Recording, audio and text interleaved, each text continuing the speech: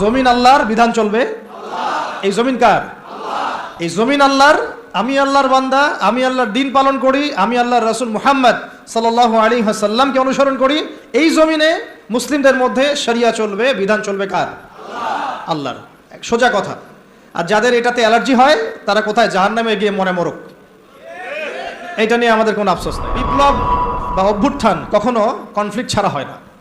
এর প্রমাণটা আমাদের ছাত্র ভাইরাই দেখাই দিয়েছে। একটা আদর্শকে যদি আপনি রাষ্ট্র পর্যায় পর্যন্ত নিতে চান, সবসময় শুধু দাওয়াতের মেহনত দিয়ে যথেষ্ট হবে না।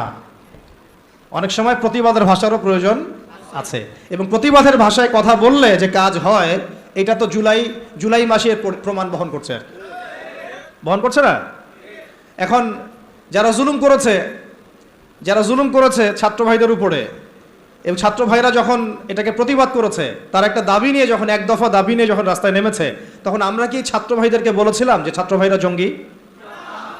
বুকে হাত দিয়ে বলেন তো, কেউ কি বলেছে এই ছাত্র ভাইরা সন্ত্রাসী, এই ছাত্র ভাইরা উগ্র? বলেছে কেউ?